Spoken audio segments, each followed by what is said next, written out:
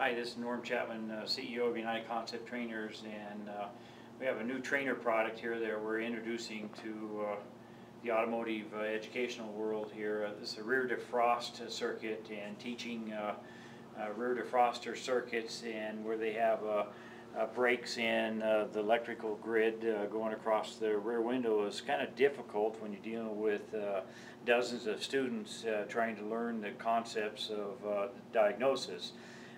In this circuit here we have our ignition circuit.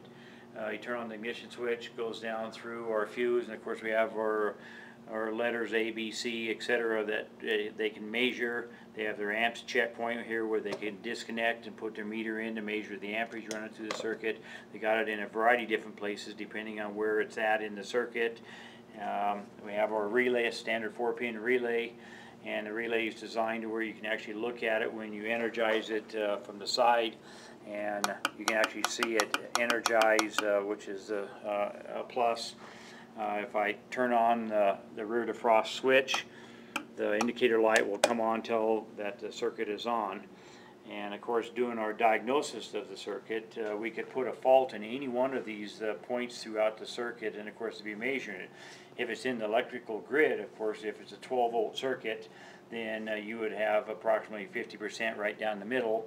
And then depending on where the break is at, if the circuit is working like it's supposed to, the grid lines, then these would be 6 volts, it would be 12 total.